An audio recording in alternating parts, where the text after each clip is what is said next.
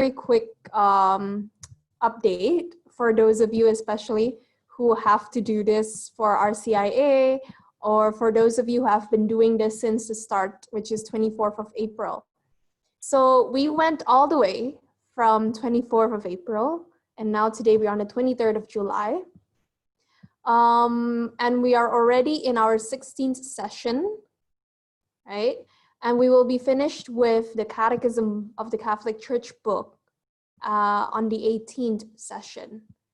Now, after that, what happens next? That is up to you guys. You know, we will still have continuing sessions together because I don't know, like some of you actually can text me sometimes on a Tuesday when we don't have class, like, wait, did I miss the link for tonight or something? So we will still continue this. We'll still continue to meet, but from the 18th session, from 4th of August onwards, especially because the topic is also about prayer, we will have a lot more interactive activities and possibly also group discussions. So just wanted to let you guys know about that. And if you have any topics that you have in mind that you want us to discuss, you know, I'm open to that as well. Shoot me a message in WhatsApp or right now in the chat box, whatever it is, right? Because obviously there's a lot of topics that we can talk about. Right, so for those of you who just come in the middle or, you know, just like a couple of sessions ago, we have finished with most of our topics, but you can actually find the recordings of the sessions online in our CFJ YouTube, right? We have a CFJ YouTube account and we have a playlist called CFJ Catechism. So click on that and you can, you know, watch those sessions. And don't forget to subscribe as well to our channel. Jadi kayak YouTuber gitu ya. Aduh, malu-maluin. But anyways, yeah. So there's that for announcements and such. I'll talk about next week's class later on. But okay, yeah, that is it, right? So let's start with today's session. And I have Hardy here who has nicely agreed to screen share for me, because you guys know how difficult it can be.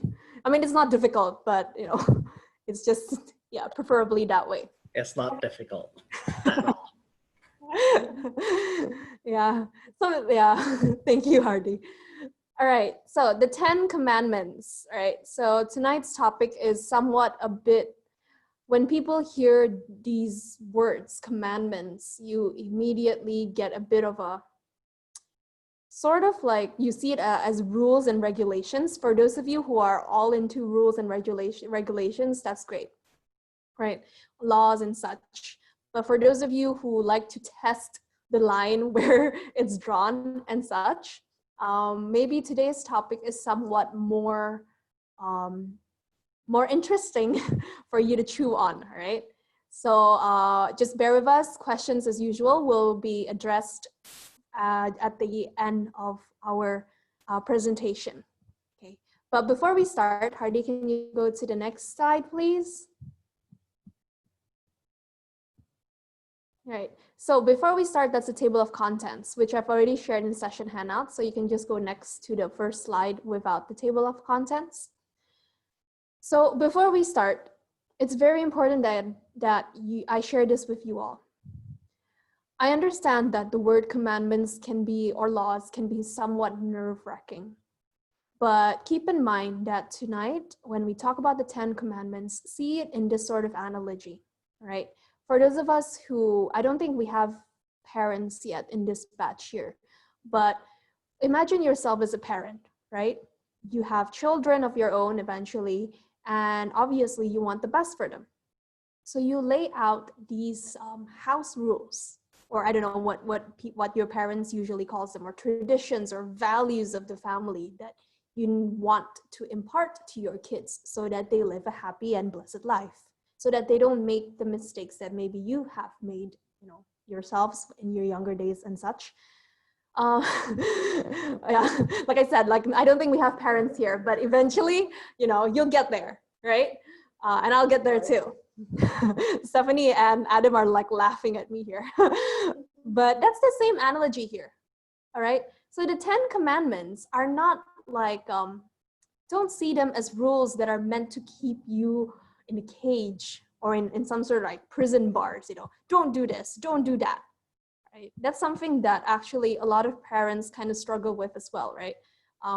The do's and the don'ts, and then the kids see it as somewhat restrictive, and then in the end, they just go the whole other extreme end. See the 10 commandments as commandments of love. It's because God, our Father, loves us so much, and he knows that these are the natural laws ingrained inside of us, that if we break them, we will actually be the ones suffering unhappiness, right? I'm not talking about like the temporary highs that you get. Obviously happiness is some eternal happiness, right? We've talked about it before. And to obtain eternal happiness, these are the answers that God has given, the guide that God himself, who loves you so much, has given, so that you don't make yourself feel miserable towards the end of your life. And eventually also because, Hardy, can you go to the first slide? Thank you. And also because the most important thing is the 10 commandments are not just, they're not just there to, like Pancasila gitu misalnya, kayak ditaruh in your class or something, in your classroom, and then people see it, and then, that's just it. No, the 10 commandments are actually ingrained in our hearts, and it's necessary. It's necessary because it invokes in us this answer for us to recognize God as the one there is who is good, as a supreme God, and also for us to be able to eventually achieve eternal life. So it's not only eternal happiness, it's also eternal life. And eternal life is the key in which we can finally encounter him. All right. So which is why in Matthew 19, verses 16 to 19, it is stated that if you would enter life, keep eternal life, eternalnya kesana ketinggalan, keep the commandments. Okay, so try to see it from that perspective, right? Maybe it's a lot easier rather than seeing them as just rules and regulations. Next slide. So in the next slide, it's still on the topic in the same first segment. What is the 10 commandments? Okay, so there's a story in Matthew 22, right? Jesus' disciples asked him, which commandment in the law is the greatest? Because the 10 commandments, which we will talk about soon, they were passed on in the Jewish tradition ever since Moses' time. Jesus replies to his disciples, you shall love the Lord your God with all your heart and with all your soul and with all your mind. That is the first and greatest commandment. And the second one is, you shall love your neighbor as you love yourself. That is the second commandment that hangs all the laws and all the law and the prophets. So there's two parts there, two encompassing parts. One, love your God with all your mind, with all that you are, basically with everything. And the second is, you love each other as you love yourself. If you remember from our previous session with Bill, he actually said so himself. I think he referred to one of the church documents. Sorry, I can't remember exactly where, but it stated that love for God is inseparable with love for one another. Because if you love God, right, you say you love God, and God doesn't only love you, God also loves your brothers and sisters. God also loves your friends. God loves the hungry people, the very a bit tough to churn again, but the difficult people, the evil people. God still loves each and every one, right? And if you love God, that is the greatest challenge there, to love all of these people as well, because God loves them. So, but yeah, so that is what we call the two greatest commandments that encompasses the whole 10 commandments that we're going to touch upon. In the next slide. So that is the Decalogue, all right? So the word Decalogue means 10, okay? And then afterwards, as you can see, that is what happened. The story of the 10 Commandments, today I shall not talk about it too much, but basically what happened was in the book of Exodus all the way to, I think mostly in Exodus, sorry, you will see that, there was an encounter between Moses and God himself, and God wrote those words, those commandments with his own finger, right, with his own finger. And he actually gave the Israelites these two tablets, these two stone tablets to be kept in the Ark of the Covenant, right? So there's 1 to 10 there. We'll talk about it further later, right? One by one. I received an interesting question as well before the session. A friend of mine actually asked, how come this one doesn't look similar in numbering in terms of what I've learned back then in school? Well, there's actually two different types. There's the Protestant list of numbering, and there's the Catholic list of numbering. But all in all, it'll be the same. All right, it'll be the same. The meaning is all the same because it's derived from the same God and from Moses' law. So, moving on to the next slide there. So the word Decalogue, like I said just now, it literally means 10 words, right? And these tablets were also deposited in the Ark of the Covenant, if you remember that. So the Ark of the Covenant was something that's very special, and it shows the significance of these two stone tablets because it showed God's law. It sums up and proclaims God's law, which is actually a part of the covenant. So what does that mean? It means that they contain the terms of the covenant that's been made between God and his people. These are the terms and conditions per se, right? Or instructions or guide. But the 10 Commandments, they also belong to God's revelation, because they also teach us, they're meant to teach us the true humanity of how to live, basically. They bring to us the understanding of what our essential duties and responsibilities are as a right human being. And we know that the God actually has this certain ways of revealing his divine revelations, right? And these divine revelations that have been proposed to us through the church is always based in God.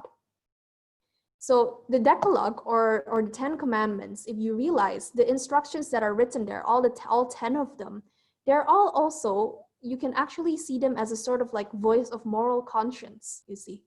You shall not kill. Obviously, everyone with a sound moral conscience knows that killing is not, it's not a great thing to do, right? So, which is why there's something that's said, that's quoted, that the 10 Commandments are actually inscribed within the human heart. Okay, so next segment number 3, we are going to touch upon the first, tranche, I guess, right? So we're going to touch upon the first 3 commandments, which is encompassed with the first great commandment, right? You shall love the Lord with your God with all your heart, with all your soul, and with all your mind, right?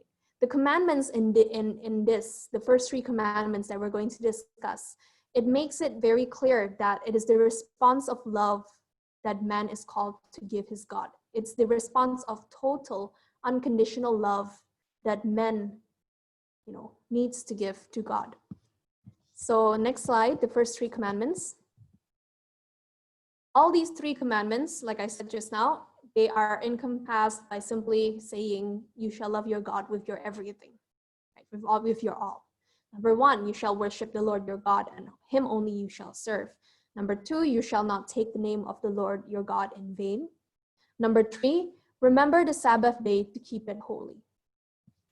Right, so next slide.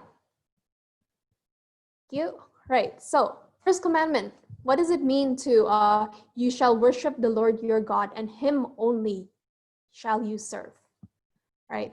So there's 3 factors here that are basically the components of this commandment, this first commandment. Faith, hope, and charity. Faith is essential.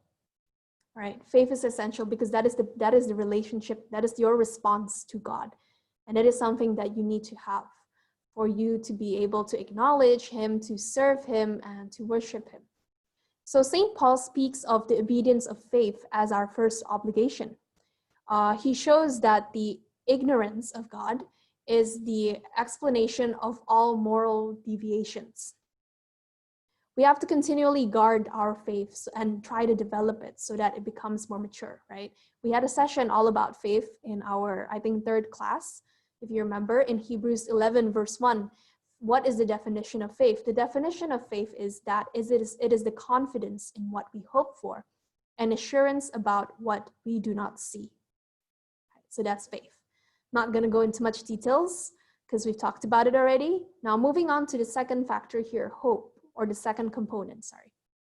When God reveals himself and, men cannot fully respond to his divine love by our own powers. And that's the truth.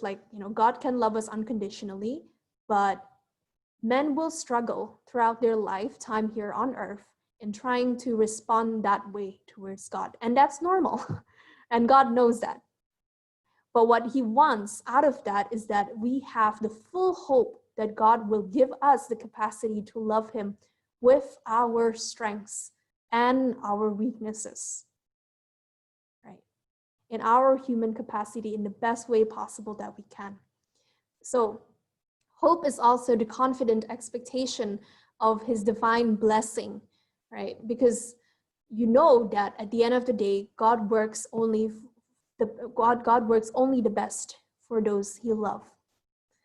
And then charity, well, faith in God's love encompasses the call and the obligation to respond with charity. The first commandment, it joins us to the love of God above everything, and all creatures are called to do so, are called to be charitable, are called to share God's love.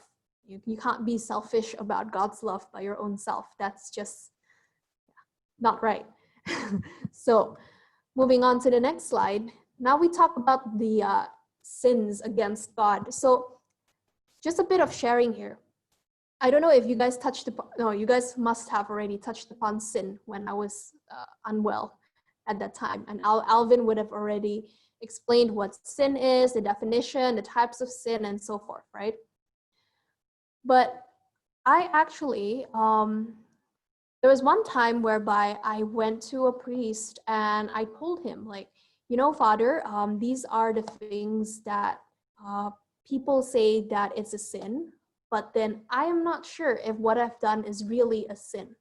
That sort of situation. And I was just very honest and I just asked the priest about it. And then the priest's response was really interesting. Sin is something personal between you and God. Let me repeat that again. Sin is something personal between you and God. Not in the sense whereby, sin obviously has a cause and effect towards other people, right? But what does he mean? What he means is that only God and you really know, right? At the end of the day, we as sound human beings, with a good moral conscience, would know naturally if we have done something to offend God. Something may not feel right. Something about it doesn't feel peaceful enough. And if not, then, it's good to have, go to priests, go to your friends that you trust to be able to guide you as well in terms of that. But most importantly, what you need to understand is that sin is not don't see it as sin. It's more of it's all about your personal relationship with God and how you kind of go with the relationship. It's the same thing like when you're dating someone. I'm not dating your boyfriend or I'm not dating your boyfriends, right? So for the relationship, what's going on, what really happened and everything, can't really tell, can't really know, right? So which is why it's something that's very personal. There's various ways that are actually breaking the first commandment. Number one is indifference, neglects, or refuses to reflect on divine charity, right? And then number two is ingratitude, or failing to or refusing to acknowledge God and return him love for love, return his love. Number three is lukewarmness, hesitation, the negligence to respond to his divine love. I would say that number 3 here is very interesting, which, to be honest, I often still struggle with. You know, sometimes you take God you take advantage of God's love and because you know God's always there, you know God's always going to love you, and sometimes you forget that, you know, you need to do something about it. It's not just a take relationship. It has to be a give and take as well there, because he deserves so much more. And then 4th point is excedia, or spiritual sloth. That's interesting. Number 5 is hatred of God comes from pride. Now, pride is the first out of the 7 deadly sins, right? When it comes to pride, it's simply you saying that you don't trust God enough and you trust yourself so much more because of, I don't know, whatever reasons that you try to come up with. And pride is very dangerous, because pride will somehow make you feel yourself like as God. You know, you're replacing that position that God is supposed to be in your life with yourself. And that can be a very dangerous situation, right? So there's that. Now, next slide. What can I do to serve him? Well, in many circumstances, you know, we can adore him, we can pray, right? Prayer is an indispensable condition. You know, for those of you who are already Catholics especially, and for those of you who are in RCIA, it's okay. Praying in front of an audience is scary, I understand. But praying with God, you know, in your own personal time is indispensable condition, right? It's an indispensable condition. You have to do it, because that is really how you can communicate with God on a very intimate basis. And I mentioned this to one of you guys, one of my friends here who is in this class. You know, praying is like writing a journal, but, you know, saying dear, instead of like dear diary, write dear God instead. You know, it's supposed to be a communication, an open communication. But we'll talk more about prayer in our 18th session, right? Sometime next week. And then sacrifices. Every action done so as to cling to God in communion of holiness and thus achieve blessedness is a true sacrifice. You can sacrifice your time, you can sacrifice your efforts, you can sacrifice your talents that God has given to you. It doesn't always have to be monetary sacrifice, right? A vow or a promise, you know, and things like that. Now, moving on to the next slide. Right, no other gods. What does this mean? I think this is an interesting topic that we need to address on, right? I'm pretty sure I'll get a lot of questions later on. Jadi kalian save those questions for the last bit, and I hope the rest of the youth catechism are gonna help me. So superstition. Yeah, superstition. Hardy, click your thingy in your laptop. Thank you. Right, nope, not allowed. Or best not to. Why? Superstition is the deviation of religious feeling and of practices this feeling imposes. It can even affect the worship we offer to the true God.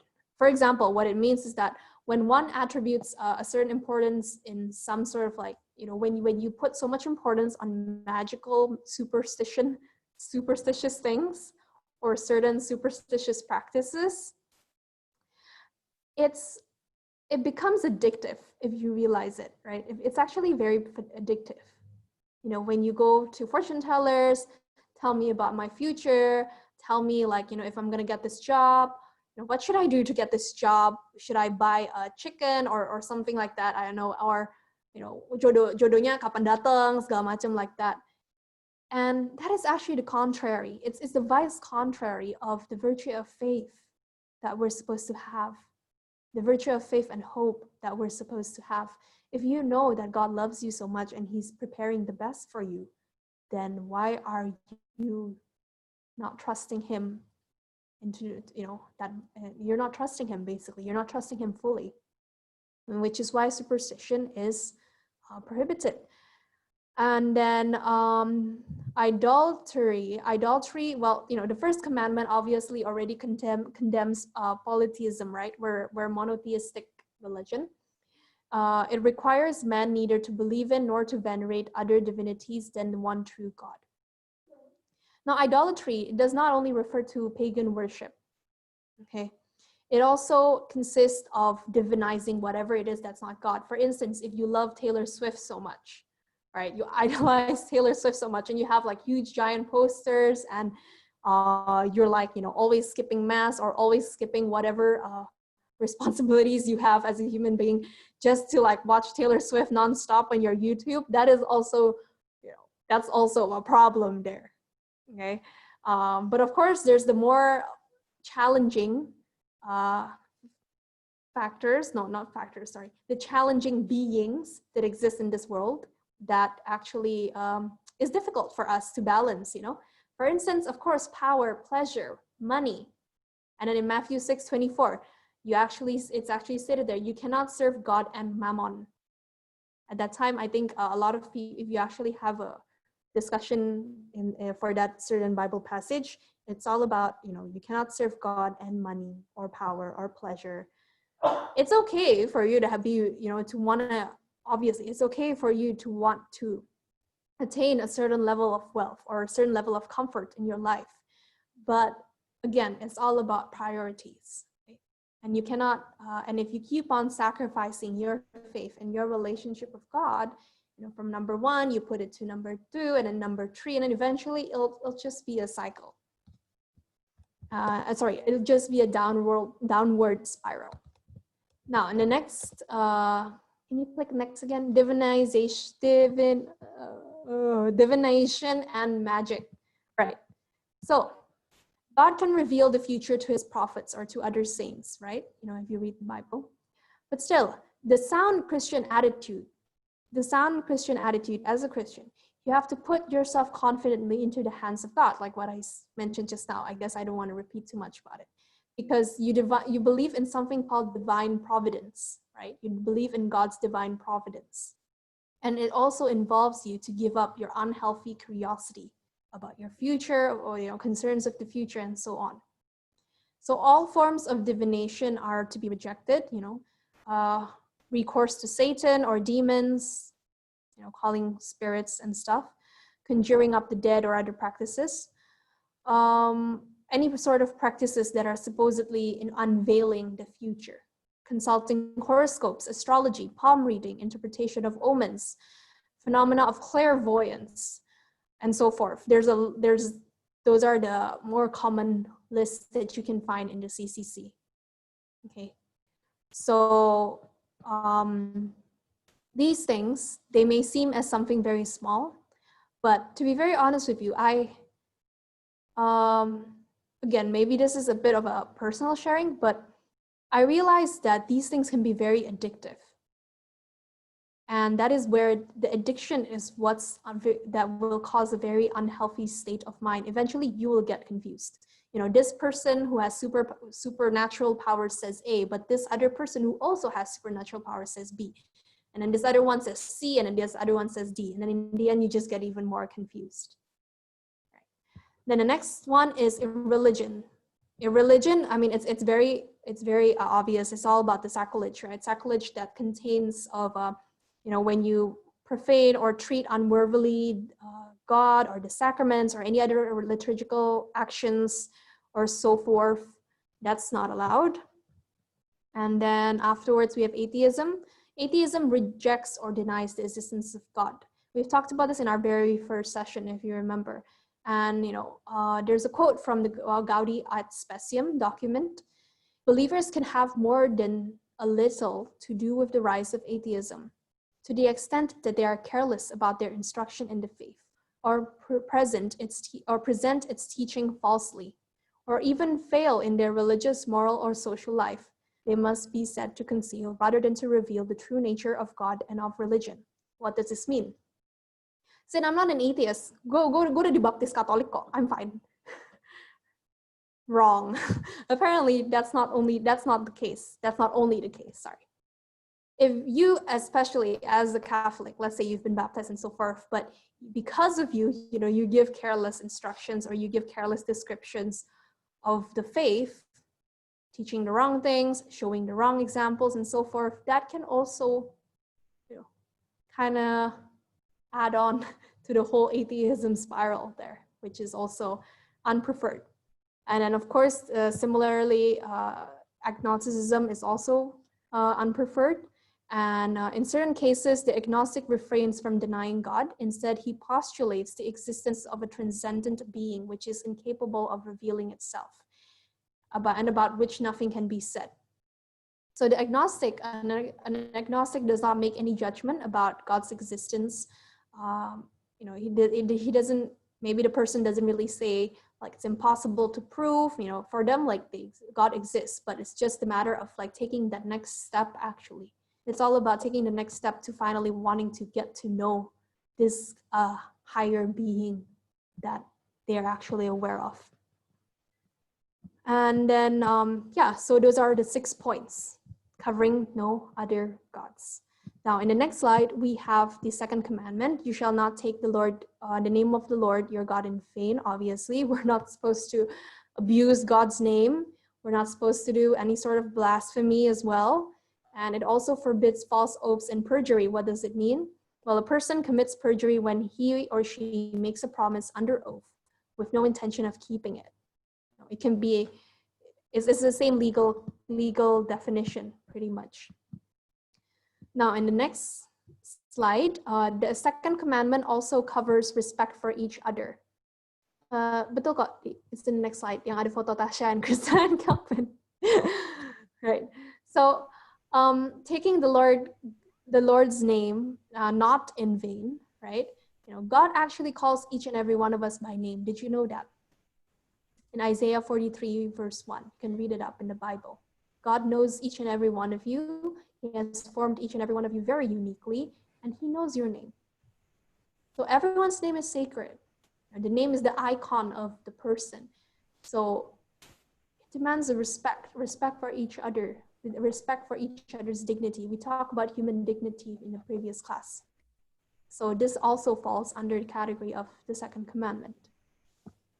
Because to be fair, if you're like, bad-mouthing and showing no respect at all to this other guy or girl, you're also basically saying, God, your creation yang ini itu kayaknya and then the whole, it's like you're mocking God's creation as well.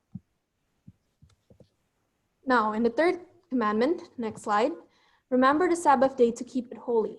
That is actually very straightforward. If you want to read up more about the Sabbath day, you can read this slide. But basically, in the scripture, we know that it has revealed that the Lord's Day, Sunday, is a memorial of Israel's liberation from the bondage in Egypt, right? That's in Deuteronomy. So the Sabbath day is supposed to be kept holy. 6 days you shall labor and do all your work. But on the seventh day, what God is saying, like, do not work, it doesn't mean that be lazy. That's not what it means, okay? What it means is that the seventh day, you are supposed to give it up all to God. That's the time whereby you need to put aside to honor him. Next slide.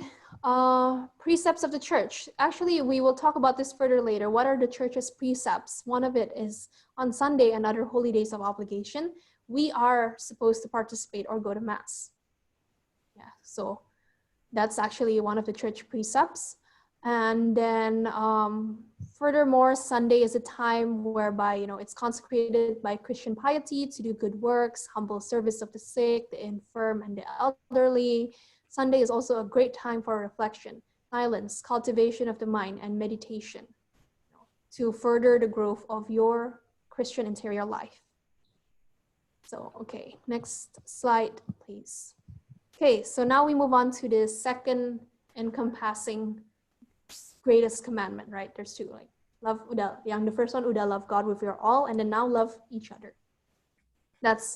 So Jesus said to his disciples, love one another even as I have loved you. That's in the Bible. So what does it mean? Okay, this is where it gets more interesting, I guess. And next slide, the fourth commandment. Now the fourth commandment, right after God, immediately comes your parents. That's interesting, isn't it? And you know that we've mentioned this various times already, that the Catholic faith, they put so much value in family. not, internal family and the church family as a whole. And we understand that families are the foundation of society. Okay? And God understands that, which is why he says, honor your father and mother. Now, the fourth commandment opens the second table of the Decalogue. It shows us the order of charity, right? We should honor our parents to whom we owe our lives and who have been handed on to us by God himself. Right, so even Jesus himself was obedient to Joseph and Mary, and then, it's also so forth. I think that's pretty obvious over there. Now, can we go to the next slide, which I think is a bit more interesting. So the Christian family constitutes a specific revelation and realization of ecclesial communion. What it means is that it's supposed to be a domestic church, like what we've mentioned before in the topic of marriage. It is the first community that a child gets, accessing the faith, the hope, and the charity that, the Christian values that they're supposed to get. So the family is the original cell of the social life, right? That's why it's so important, right? And the family life is also an initiation into the life in society, because whatever it is that you learn within your families, within the cell of that family, you will bring it towards outside, into the outside environment. Okay, so next slide. So what happens then when it comes to duties of children, duties of parents, filial piety? We are supposed to respect our parents. We're supposed to be grateful for them and so forth.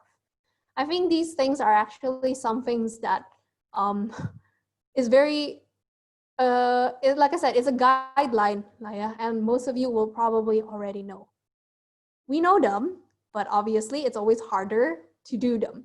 Now, the duties of the parents though, the role of parents in educating the education of faith towards their children is very important, because God has actually deposited, handed over these children of his in their hands. So they have the grave responsibility to give a good example to their children. By knowing how to acknowledge their own failings to their children, parents will be able to be better guide and correct them. However, there is a statement in the CCC, in our faith, that says this: children should also obey the reasonable directions of their parents, right, whom God has entrusted to them. Reasonable directions. What does it mean? Let's be honest here, right? Let's be honest and realistic. Obviously, it's not everyone can be born into a well-functioning family, right? Pasti adalah, and even there's no such thing as a perfect family. Eventually, our parents will make mistakes because they're human beings as well. But which is why the child, at the end of the day, not only has a relationship with the parents on earth, but the child also has to have the relationship with the parents in heaven. Who are your parents in heaven? God, the Holy Trinity, God, Jesus, Holy Spirit, and Mother Mary. And these are the model parents that we also have to have a relationship that we often forget. And if you have that model relationship with them, it gives you the understanding of what a reasonable direction is. So if your parents kind of ask you to do things that, is not morally sound, it's not morally correct, it's not wrong for you to say no and not do it. Because first and foremost, you have to obey your parents in heaven. You have to obey your God. Okay, so I hope that answers the questions of what if the mother and or the father is da. Okay, so next slide, please. When they become adults, children have the right and duty to choose their profession and state of life. They should assume their new responsibilities within a trusting relationship with their parents, willingly asking and receiving their advice and counsel. So the parents can still advise and counsel, but at the end of the day, children will turn into adults, and the adults will have new responsibilities to take on. The parents should be careful not to exert pressure on their children, either in the choice of a profession or in that of a spouse. This necessary restraint does not prevent them, Quite the contrary from giving their children judicious advice, particularly when they are planning to start a family. I think that one kita udah, itu kayaknya harus go into the YMCA topic of in-laws there. But yeah, so this is stated in the CCC in paragraph 2230. Okay, next commandment, fifth commandment, halfway there, guys. Fifth commandment is you shall not kill. Very simple, very straightforward, right? Because we are pro-life. Human life is sacred from its beginnings. Now, I think the next slide would be more interesting. Can we go into the next slide? We know that when it comes to killing, it's obvious lah, kayak murderers, serial killers, when we watch them on the news and such, we know that, oh, that's wrong, right? Intentional homicide, that the point over there. There's no cross here, so don't click next, yeah. Don't click any buttons, I mean. But how about these other topics that we need to discuss when it comes to respect for human life? Number one, legitimate defense, right? So the act of self-defense can have a double effect. Number one, double effect. So the first effect, the preservation of one's own life, right? Which leads to the killing of the attacker or aggressor. And then the second is the intent. So there's the act of killing and then there's the intent. Now the intent, whether or not you intend to do it or not, is actually very, very important. And when it comes to sin or whatsoever that offends God, the intent is always important, the intent of your heart. If the intent was not, obviously self-defense is something that, let's say for instance, let's use an example, okay? Biar lebih gampang. So someone breaks into the house and tries to, do bad things, and, tries to kill another person. Let's say like kill your spouse, right? So what do? You have a gun, because in the United States, they have a gun legally. And then let's say like, you take it and then, out of self-defense, you shoot that person. But when you shoot that person, you didn't know that you were gonna shoot him in his heart, and then he dies. Is that a, does that break the fifth commandment? No. Okay, it is not. It doesn't break the commandment because the intent was not there. Like you were not like, because number one, you want to defend yourself and you want to defend your spouse, right? And number two, it was not a premeditated killing. Understand? It was more of like in that moment of panic and everything. But of course, like there will be cases whereby if you can just shoot the leg, if you're good with guns and you can aim, then probably it's better to just shoot the leg rather than aim straight for somewhere else. Like make him nggak bisa jalan or nggak bisa do things rather than killing him straight out. That is actually also one of the biggest considerations when it comes to deciding whether the defense is legitimate or not. But it's a very case by case, it's very circumstantial, just like how it works in court. But yeah, so that's legitimate defense, which is allowed if proven legitimate. Now, capital punishment. So the state's efforts to contain the spread of behaviors injurious to human rights, right? And the fundamental rules of civil coexistence corresponds to the requirement of watching over the common good. Legitimate public authority has the right and duty to inflict penalties commensurate with the gravity of the crime. The person who does evil may deserve death. Now, according to the biblical accounts, God sometimes administers this sort of penalty himself, and sometimes directs others to do so, especially if you read the Old Testament. So the state, in this case, has the right, in principle, to inflict capital punishment in cases where there is no doubt about the gravity of the offense and the guilt of the accused. And especially if you want to protect the common good. Let's say like this person udah beberapa kali ditaruh di jail, udah beberapa kali di punish segala macam, maybe even jailing him for life because of the gravity of and the danger that he or she holds, makes it very challenging for them to not, continue this crime. And in that particular circumstance, capital punishment is within the state's jurisdiction, right? Now, intentional homicide, that one gak perlu ngomongin. I think that's already very obvious, right? And now abortion. Yeah, abortion. I think we talked about this sedikit waktu topic marriage sama Romo Adrian. So human life must be respected and protected, right? Now, when does human life start? Now, according to our faith, human life starts at conception, the moment of conception. When is conception? Anybody wants to guess? You can chat, type in the chat box, and then I can read it out loud. Anyone, everyone? There's no right or wrong answers, really. We're all learning together, and justru it's good to throw whatever it is that's on your mind. If you're too shy for people to read, you can just chat me personally in the Zoom. This is why I prefer Zoom over Google Meets, by the way. Sorry. When does conception start? When does human life begin, right? Is it when the baby comes out from the mother's womb? What do you guys feel or think? At least give me one answer, or else I have to resort to asking Adam over here. Oh, okay.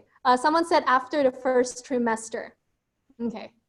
All right. Adam, do you want to share your answer? Second, there's a heartbeat. Okay. Well, interestingly, it's not wrong, sorry, bukannya it's not wrong. Actually, a lot of people itu pemikirannya human life itu start kayak begitu, kayak udah first trimester, and then kalau enggak pas udah keluar bayinya udah oe keluar gitu kan. There's a heartbeat, those are very general answers, normal answers. Oh, this is interesting. Someone just sent a message, which is actually the correct the correct understanding in the Catholic faith of when conception starts. So if you actually open in Jeremiah 1 verse 5 in the Bible, it is quoted from that verse, "Before I formed you, I, aka God, before God formed you in your mother's womb, he knew you, and before you were born, he has consecrated you. My frame was not hidden from you when I was being made in secret, intricately wrought in the depths of the earth," which is in Psalms 139, verse 15. Psalms 139, verse 15. So from the book of Psalms and from the book of Jeremiah, from scripture and from the understanding of how God has already known us before we are even formed as embryos or such, human life begins at conception, which begins in fertilization. That is actually where human life is already considered to start. Fertilization, right? So that's interesting, I guess, and which is why abortion in our faith is not allowed. Okay, so abortion, however, if it has a double effect and if it endangers the mother's life, then you have to look at the three factors: the intention, the causality, and gravity, which is like the three factors that people usually use to measure the gravity of sin, though. But basically what it means is that if it really endangers the mother's life and the baby gets unfortunately lost in the process, that is not considered as abortion, and that's okay. But one thing that we need to know is that I've received these sort of questions whereby, what if the parents are not ready? What if you've been raped and then you're stuck with a rapist's child? Because, obviously those kind of questions, I really hope I'm not the only ones getting those kinds of questions, by the way, right? Well, the one thing that Catholic Church actually is really pro about is also adoption, right? Most of the orphanages in the United States and in, I think, South America as well are all part of the Catholic wing.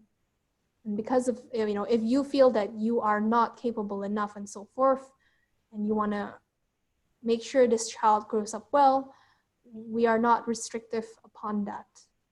But to kill a human life before it even, starts a life here on earth, not like has a life, it already has a life, right?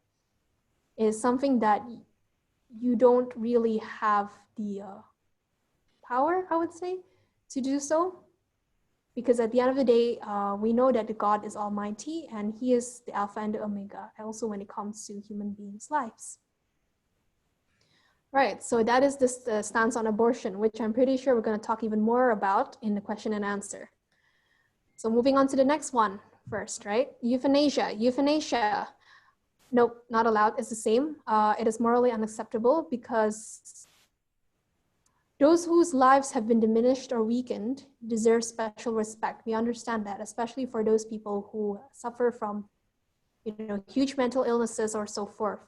Sick or handicapped persons should be helped to lead lives as normal as possible. Whatever its motives and means, direct euthanasia consists in putting an end to the lives of these people. Hence, it is an act or omission which, of itself or by intention, causes death in order to eliminate suffering, constitutes a murder. Okay, that's too long. Basically, why is euthanasia not allowed? Again, because life is not for us to take away. God actually gave us a gift when he created men and women, right? He gave us the gift of being able to partake in the creation of life. And that is such a great gift that God has given to us. Now, to take away a life is a sort of like backstab on the first gift that he has given. Euthanasia, sometimes people, in certain countries, it's already made, it's already allowed, right? It's made legal. And that is against the church's stance, actually. Because what the church believes is that if you are really suffering and you're undergoing so many pains and such in life, it is up to the people around you, your support system, your family, your spouse, your whatsoever, to help you get through that, to help in the best way possible. So, which is why they believe that death is really just not there, is not an option on the table. Right. So suicide also is not allowed because we are obliged to accept life gratefully and preserve it for his honor and the salvation of our souls. Okay, so I think that is quite clear. And this is for Hardy, by the way, I read your message. Right, so scandal and attitude or behavior. I think this one is very straightforward as well. You can read it in your own time, whereby, health is important. Life and physical health are precious gifts that have been given to us by God, and we're supposed to take reasonable care for them, right? So try not to do anything. It's not even about drugs. It's even like, not eating properly, which I also sometimes am not doing that well in, right? Really? Balancing your health and so forth. Yeah, I really love sweets, guys. Sometimes I can go like on sweets binge only, which is bad. Right, and so forth. Terrorism, person scientific research, kidnapping, and hostage. Next slide, please. Safeguarding peace. Well, what is trying to say is that public authorities, especially, they have the right and the duty to impose on citizens the obligations necessary for national defense, right? They have to protect the country, they have to protect the people. In this case, if they carry out their duty honorably, they are actually, they truly do contribute to the common good of the nation and to maintain peace, which is why, we understand that. We understand that, we need to spend on weapons, armories, and so forth. However, the excess spending of it, the over spending of it is something that we need to think about as Catholics, because these amounts could be spent on something else, like helping the poor, sick, education, healthcare infrastructure, and so forth. Next slide, please. Sixth commandment. You shall not commit adultery. Now, this is interesting, right? So committing adultery, what does it mean? Chastity. Chastity is the apprenticeship in self-mastery, which is a training in human freedom. Chastity as a virtue comes with training. And it is all about temperance, Temperance as in like, balancing yourself, it's all about self-mastery at the end of the day, right? You have to self-control kind of thing. And it's a long and an exacting work. One can never consider to have acquired self-mastery completely, even until their death. People should always try to cultivate chastity throughout their whole lives, basically. There are some people who profess virginity or consecrated celibacy, which enables them to give themselves to God alone with an undivided heart, especially the priests. Remember, we talk about it. But for people who are not married yet, who are still single, chastity is a virtue that we are still, we are still in need to practice. As for married people are called to be faithful towards each other, which is why it's called the conjugal chastity instead of just chastity alone. Now, in the next slide, which is even more specific, offenses against chastity. Wow, this is really interesting. I feel like this slide here is something very challenging, especially for young people like us, I guess, or not even young people like us, even older people juga still face the same people have such issues at any point in their life. Yeah, exactly.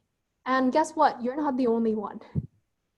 Okay, even the best falls down sometimes. Remember that lyric from that song? Even the holiest people will fall sometimes. Yeah, nggak usah name lah. And which is why it's okay. We all go through it as well together. Which is why, like tadi yang dibilang, chastity is something that we need to train together. It's a self-mastery that we need to be able to encourage each other, maybe remind each other, and most importantly, remind ourselves. Because why are these things so difficult or so wrong per se? Well, simply because all of these things, they increase or feed into selfishness, aka for your own self-interest and benefit only. And when you come into a relationship, it's especially a relationship with God or with anyone else, it's about love, and love is about mutual giving, right?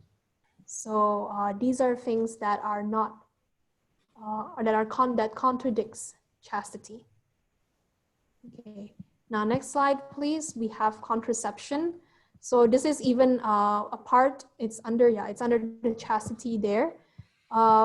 Contraception, periodic continence, that is the methods of birth regulation based on self-observation, and the use of infertile periods is in conformity with the objective criteria of morality. What does that mean? Natural contraception is allowed under the church, right? But birth controls, artificial ones, are not. Because what it does is that, remember we talked about how human life starts from fertilization, from conception? So, which is why contraception actually blocks that, right? And in a way, we are trying to take control of who can live on this earth and who cannot.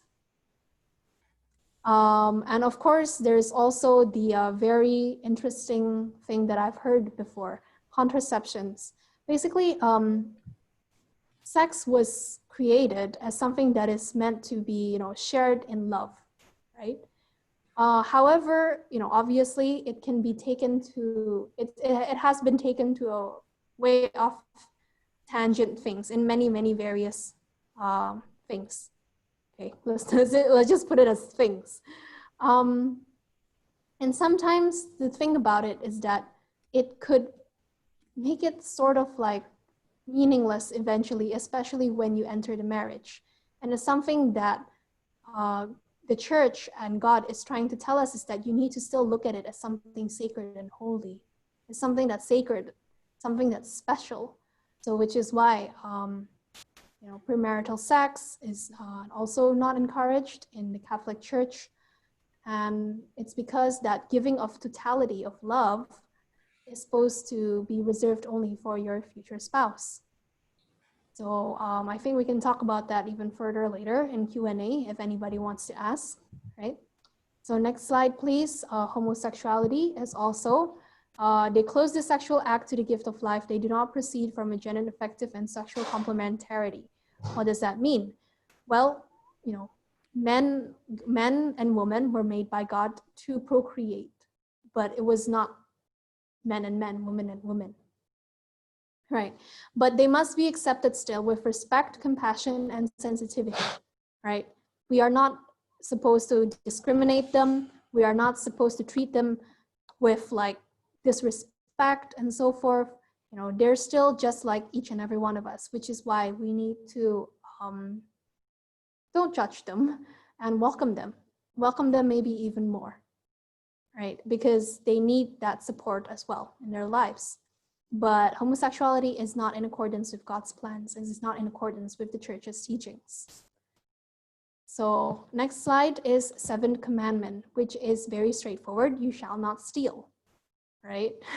That one is very straightforward, and it can be used for money, I don't know, maybe even food, clothes, and so on. Basically, whatever is not yours, please don't try to take it because that's a part of someone else's property. It forbids theft, usurping another's property against the reasonable will of the owner, business fraud, and so forth. Right?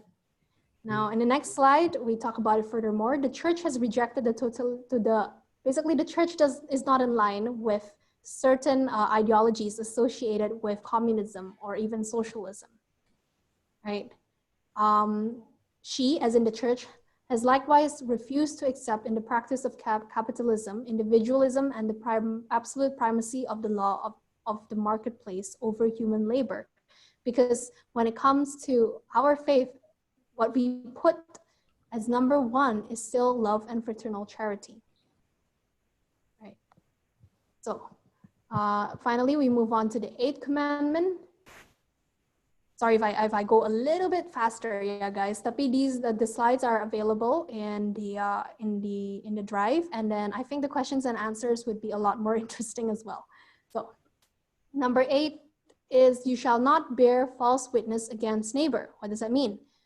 Well, you can be guilty of a lot of things under this commandment. You can be guilty of rash judgment, included even detraction. When you disclose another person's faults to other people who do not know them. Defamation, I guess, as well, if you want to include in that too.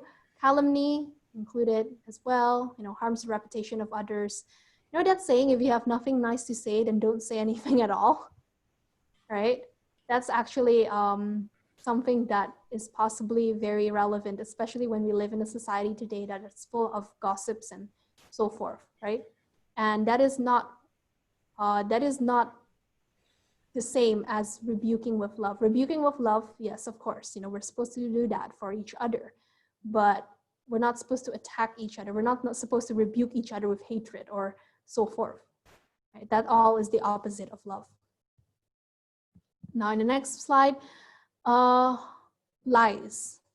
Lying is the most direct offense against truth. By injuring man's relation to truth and to his neighbor, a lie offends against the fundamental relation of man and his word to the Lord. So the gravity of a lie is measured against all those factors, right? So if a lie in itself only constitutes a venial sin, it becomes mortal when it does grave injury to the virtues of justice and charity. Again, all these gravity measurements of a lie are all very circumstantial, according to the nature of the truth, that it deforms circumstances, intentions, and harm. So it's very circumstantial, right? But how about white lies, right? Often we speak of white lies, and are they okay? For example, if someone asks you, do you like the meal that they just cooked? And then you don't really like it, then obviously you lie and say, oh, it's very good, even though it's not. So can this be considered as a white lie, and is that bad? What is actually encouraged is that you're not going to go and say like, oh no, your cooking sucks. Sorry. You're not supposed to say that too, because that hurts the other person's feelings. But if you go on saying like, wow, this pasta that you made is the best pasta I've ever tried my whole life, even though you don't like it, then yeah, might want to check on that, right? And that's not a white lie. That's already leaning more towards a black lie. So and if you say maybe like, oh, yeah, you did well in like this thing, let's say, or something, or like, so just try not to over exaggerate, because like when you over exaggerate a white lie, it will eventually become a lie. If that makes sense. So now lying by omission is also lying, right? For example, a car salesman is trying to sell a used car and tells the potential buyer that the odometer only has 75,000 miles on it, when actually it has 150,000. That is clearly a deception, right? So lying by omission is also not correct. Right, so next slide, please. Professional secrets. I think that's also very straightforward. But the thing about professional secrets is that it can be divulged if it actually is important for a certain legal case, let's say. If it's not divulged, then it can cause a very grave harm to people and so forth. In those cases, it's okay for these people to say it to the correct authorities. Right, now, actually this is interesting. One should practice moderation and discipline in the use of the social communications media. I find that nowadays truth, hoaxes, and whatsoever are very interesting. Maybe we'll have a separate topic for that though, not tonight. Right, but yeah, obviously everyone knows that we need to be responsible with what we post in our social media. Now, 9th commandment, you shall not covet anything that is your neighbor's, ... Now, the 9th commandment, it forbids carnal concupiscence. The difference between the 9th and the 10th is that if number 9 forbids carnal concupiscence, aka steal someone's wife and so forth, the 10th is more of like, forbidding us to covet other people's goods. Okay, so there's where the difference is. Now, can we go just to the next slide, please? The purification of the heart. Out of the heart comes evil thoughts, murder, adultery, fornication. That's in Matthew 15, verse 19. There is a struggle against carnal covetousness. I can't pronounce it properly, I think. Basically, when you see something and you want it, right?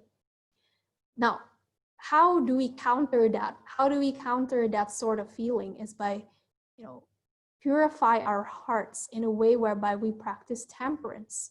We practice temperance by understanding that, even though this person may be more beautiful than I am, that's good for her, because you learn to be happy about other people's strengths. But that all starts, to be very honest, with you being happy and being grateful for what you are and what you have. So actually the act of purifying your heart, in order to attain charity and all those sort of things, it all actually starts from you loving yourself and appreciating yourself, which will eventually get, entangled with appreciating and loving God. Because when you love and appreciate God, then you also learn to love and appreciate yourself. Right.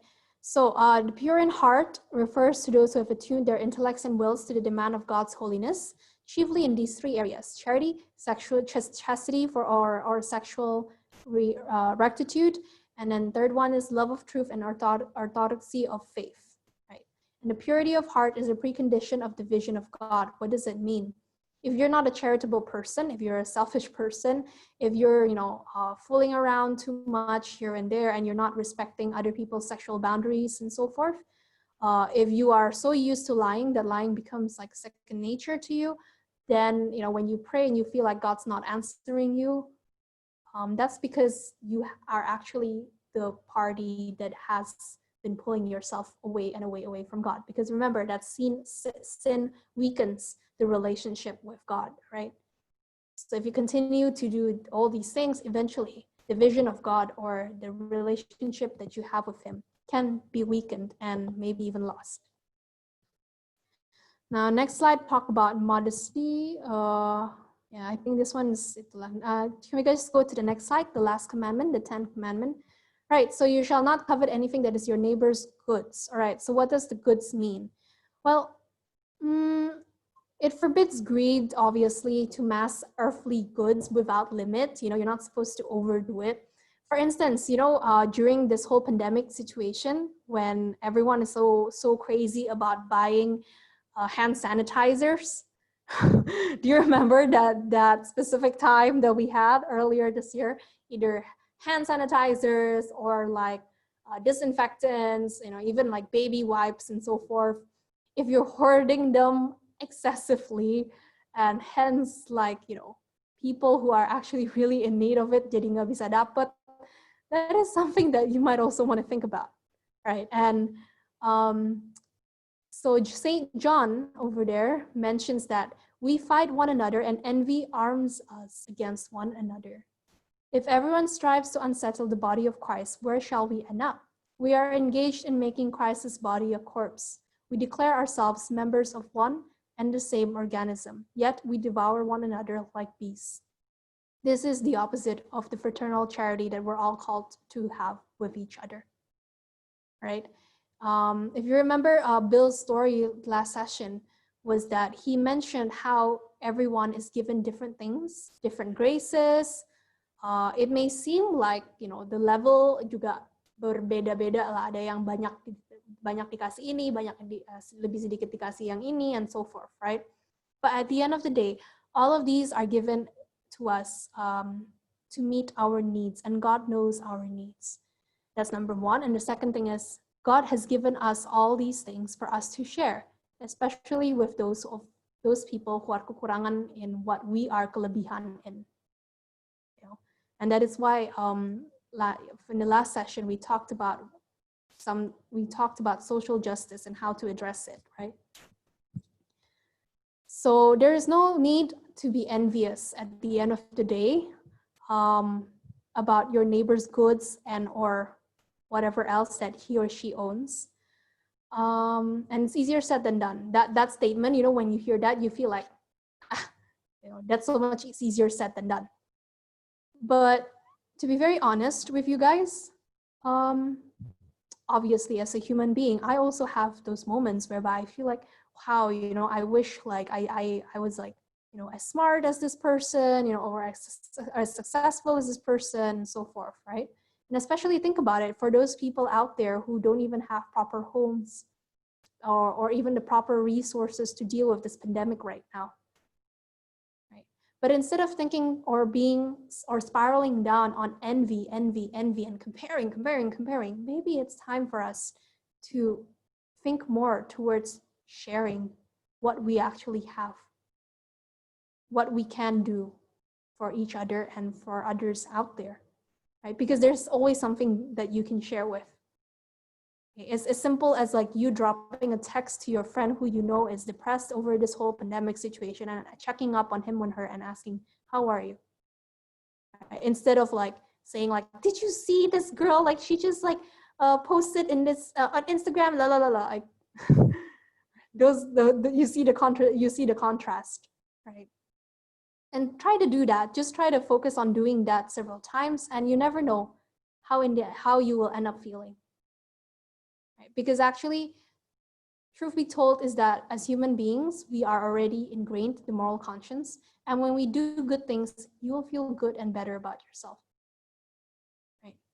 So, in the next slide, we will talk Beatitudes. I think did Alvin touch upon this already last session? I was not there. Can't remember. Yeah. He did, right? Yeah. So he touched upon the Beatitudes already. Yeah. So these are all the keys on how to attain that happy and beautiful life. So if Alvin has touched upon that, I will not go down on it further. So let's go to the next slide. Very interesting quote from St. Augustine. This is the last slide for tonight's session. St. Augustine says, I want to see God. Do you guys want to see God? And usually the answer is not now. Nanti when I'm old already and ready to go, right? But jangan mikirnya see God face to face juga. Tapi maksudnya see God in your daily lives right now. Right? See God in other people or see God in yourself. How do you do that? And St. Augustine here is trying to word that out, that feeling of wanting to see God wanting people to see him and being able to see Christ in him. So the bolded sentence there, God himself will be the goal of our desires. We shall contemplate him without end, love him without surfeit, praise him without weariness. Why did I bold that sentence? Guys, as much as I would love to say that these 10 commandments are so easy, you can do it, and be like all cheerleader-y type on you guys, the truth is that, honestly, that's not going to be the case, especially for those of you who are going to get baptized soon, yeah? I think by now kayak everyone knows that I'm so gue tipenya kayak yang lebih nakut-nakutin orang daripada yang menjual. I think Marmon also knows that from her personal experience. We know that. But so I can't assure you that as you attend more catechism classes, you attend more Bifal sessions, as you attend more mass and so forth, you will perfectly do all these 10 commandments, easy. Makin strong. I know ada juga, most probably you will be given more problems sometimes, because the higher the branch, the stronger the wind. Those cases also happen, right? And that happens when it comes to spiritual warfare. But one thing that I can assure you is that, or rather not me, the church assure you, is that our God is the almighty and ever-loving, ever-faithful God. And you're not going through it alone, because you have him by your side. And if you hold on to him, if you really do love him, we can love him imperfectly, right? Because we cannot give out a perfect love towards God, not the way he can perfectly love us. But as much as you can love him, as much as he knows that, he will, no matter what, fight for and with you. So at the end of the day, all these 10 commandments, the very essence of it, the one bit of message that today I hope would stick in your minds, because dari tadi gue udah ngomong 1 jaman, right? Maybe more. Kalau misalnya ada yang nggak ke-register, right? Adalah love God with your mightiest strength and pray, and he will make everything right. He will not forsake you. And I guess the second tip is that keep the right people in your lives, because that's also important. Bad company can corrupt good character. So that is it for tonight, right?